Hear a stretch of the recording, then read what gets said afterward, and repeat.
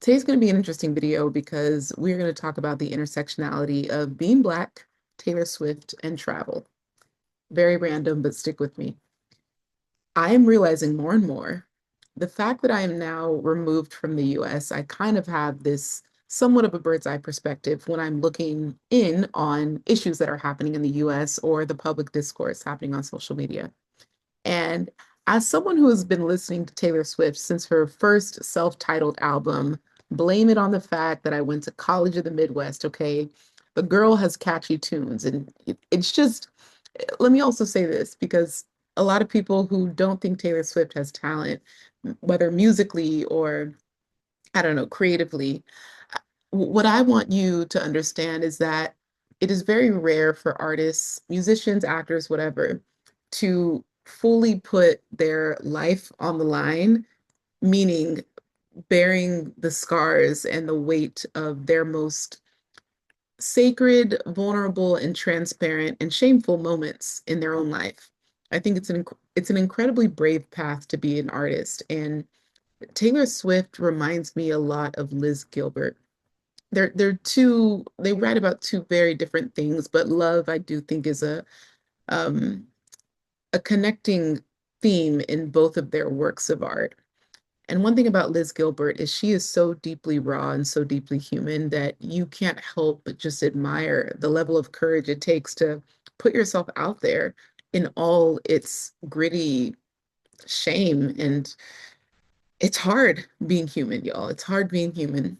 And to pretend that you don't care, pretend that you are just going through life and brushing things off and not taking things too seriously and going with emotions, that is what's celebrated and that's what's normal.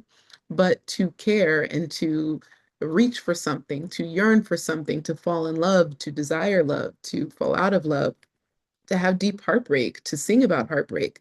Like all of these things are the connective tissue of humanity. And I think it's a brave thing for an artist to put themselves out there like that. So with Taylor Swift, whether you like her music or not, she has been writing really courageously about desiring love and always feeling like she was never chosen. And I don't know, for many women, myself included, I can relate to that. I like relatable music. It's not always about I don't know about you, but I have probably hundreds of genres. Spotify now has so much cross-pollination between genres that I listen to such random music and songs because I'm not connected or married to any one form or style of music. Music is music is music, and lyrically and I just rhythmically, I'm connected to multiple lanes of what can make you connected to songs. Anyways, the discourse right now happening mostly on, I think, Threads and maybe Facebook is Taylor Swift's album is dog whistle racism. And I'm saying this with a straight face. I want us to recognize that one, not only is music one of the few escapes we have left, but two, Taylor Swift literally did a track by track breakdown of the inspiration behind each song. And I'm not going to get into the details, but I will give one example. Opalite, which happens to be my favorite track, listen, is a bop, is a bop. I did not pick up on any euphemisms or, puns or double entendres of any words that are supposed to have a double meaning to, you know, reference his ex or the Black woman he's dated in the past, Travis Kelce. And when you look at Taylor Swift's history, especially her songwriting history, she is always very, she's always very craftful and artful and skillful with how she pieces together like romance and wit and sarcasm. And it's Travis Kelce's birthstone is an opal, and opalite is man-made and it's teal and it's like it's not reference like it just I can't even say it because I'm just like, are we really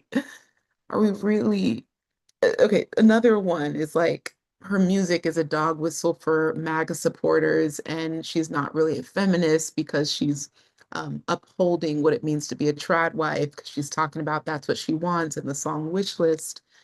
We gotta we gotta let people make art for art's sake. It really is not that serious. And out of all the most problematic people in the world, the actual racists are in the White House, okay?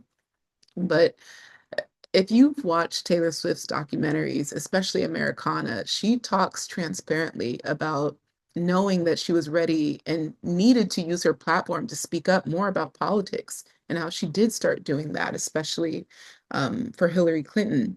But I think I don't know if it's our own, um, hmm, listen, back to the very first point, living in the US as a Black person is mentally destabilizing.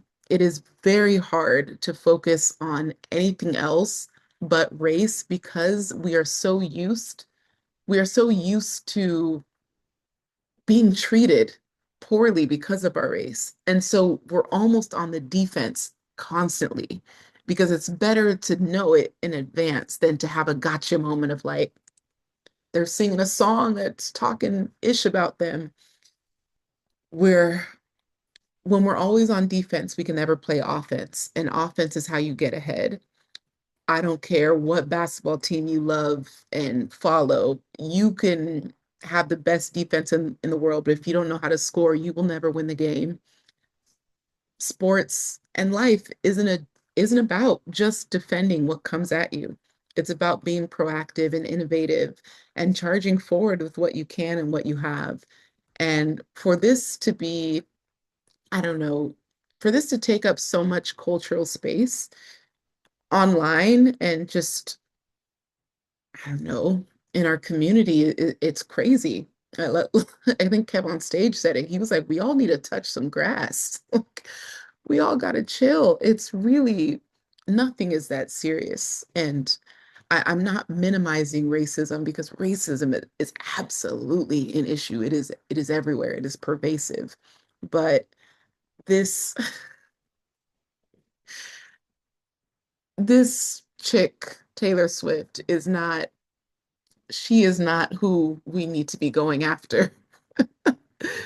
There are so many other actual racists in the country. And yeah, it's just exhausting. But I'm also realizing I'm like, oh, that's a product of living in America. That's it. And the more I'm almost like I'm 1 year removed, but I'm technically 13 years in and out. So I feel like it's not just this 1 year that I've been living abroad, but it's the last 13 years of constantly traveling and living out of a suitcase. But I do recognize that when you are, when you always have your guards up because you know that people are vicious and there are ways that they pervasively try to um, cut you. And we know about all there were so many tactics of the past, but we have to at some point say, okay, what battles are worth fighting in this day and age in 2025? Like what battles are worth defending and what battles are helping us get ahead? Because if we're always on the defense, I fear we lose all the opportunities to score. And I want us all to win.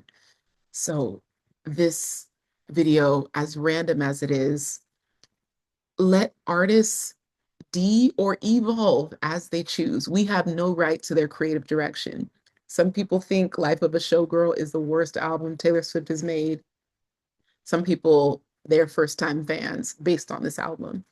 You can never appease anyone. You can never appease everyone. And I hope this is a lesson for artists and creatives that you could drink Sprite and someone will curse you for not drinking Coke. You can never fully align with any one person's way of living or operating. And the most freeing thing you can do is stop trying to perform for people. Not in a literal sense if you're a musician, but performing for approval is exhausting because people are always looking for ways to just cut you down. And what I'm recognizing, kind of being more and more removed from just US discourse. I'm even allowing myself to not have to be a part of every conversation politically or racially. And there was a time where I felt like I needed to give my 2 cents and make a statement and let the people know where I stand. And now I'm like, people know where I stand, number one. And number two, how much of my mental capacity can I afford to spend on this? How much of my week is it going to take out of my own joy and happiness and peace? And again, all of this is active resistance. My peace is an act of resistance. Me leaving is an act of resistance. If I'm constantly defending and fighting, I am not cultivating a space, a place of peace. And the best soldier I can be is when I'm looking after myself. And I just want more of us to adapt armor that doesn't require us to always defend. It's armor that preserves our peace, not looking for yeah, just not looking for stuff to point out as like a gotcha. And yeah, I mean at the end of the day, being an artist of any sort is courageous. And I think with Taylor Swift finding love, the one thing that she's written these 13 albums about, everything has been about love and desiring love and not being chosen and waiting for the one and just all of this yearning and all of this learning through trial and error and in public. It's very brave. And I don't even want that for myself. As much as I show up publicly, I don't even want people in my business like that. And I get to have boundaries around that. I get to leave the country and still, build a career, make money. Like my career is fine leaving the country, and I can opt in and out of how much I want to give people access to. And I think as a musician, people feel entitled to your creative direction. They feel entitled to explanations of behind your art, where sometimes the best part of like a new art project, a musician dropping an album, the best part is debunking the lyrics on their behalf, not waiting for them to drop the explanation track by track. And yeah, sometimes it's not that deep. It's not always as deep as we want it to be. And I think we give people too much credit, honestly. Like there are so many opportunities where if Taylor Swift was an actual racist like Donald Trump, we would have clocked that long, long time ago. And I think we also forget I don't know if you want to call it office politics, but what's her face? Patrick Mahomes, Brittany Mahomes. So she is clearly MAGA. And Brittany Mahomes is the wife of Patrick Mahomes, who is the quarterback for the Kansas City Chiefs, which is the city that I used to work for when I played basketball at Baker University. We would volunteer on weekends and just organize parking and stuff. But anyways, so Travis Kelce plays on that team. And so there are photos and videos of Brittany Mahomes and Taylor Swift in the box office cheering for the games. That's optics. You can't just shun and ignore and reject the star player's wife. And it's all optics. It's playing the game. It's being a politician. She is not, BFFs with Britney, and she is not aligning herself with someone like that. And even if she is, give her the space to navigate, because I don't know about you, but I know people that are Trump supporters. I know people that voted for Trump. And yes, we, have unfriended, I'm sure we all unfriended in mass, in 2016, the first time around. The second time around, you have to be like, you know what? Let's have a conversation. You know what? Let me actually, instead of blocking them on Facebook, let me actually read their comments and read their posts. Oh, okay, misguided and ignorant. Okay, I can live with that. I don't have to see them, I don't have to talk to them, but I realized that I had to increase my capacity to tolerate different. I call myself someone who is a global citizen, someone who's traveled to 100 countries, someone who is learning her fifth language, someone who is tolerant of religions and lifestyles and other types of people. And when it comes to this, all of a sudden I'm like, go to hell. That's not very Christ-like of me. So I had to do the work internally to increase my tolerance for people who didn't vote like I did. And that's still going to be work. But guarantee those people are more racist than Taylor Swift. So I just want, I don't know who this is going to reach. I just want us to choose our battles and to understand that just by way of being in the US as a Black person, as a minority, it is mentally destabilizing because there are so many times the news, the media, the references, the music, the culture will make you feel like you're a target. And it is very true. You will be a target sometimes, but the other times, I need us to just let it go. To just, I mean, yes, there will be someone who, I don't know, they look at you funny or they treat you different because you're Black. In the past, I was ready to knock if you buck. Now I'm like, you know what? God's got it. God's got it. I can't I can't trust myself to fight the battles that God has already won. And it's just a more peaceful existence when I operate that way. So for the people that love the album, let them love the album. Let them enjoy Opalite without references to Black women. It's not that deep. And the line, oh, Taylor Swift has Black friends. She actually does. And she hires a lot of Black women for her tours. She supports a lot of Black creatives, Black artists. Like we can't keep on with this narrative. Not everything is racist. And I'm saying this not to be like, see, white people. Da, da, da, da, da, da. No, there are many things that are very racist. But a Taylor Swift album talking about life as a showgirl when she is in love and being hypnotized, okay, she is not worried about us. Okay, well, that was something. If you're new here, like and subscribe. I make videos every day, usually about travel, moving abroad, and just my overall experience.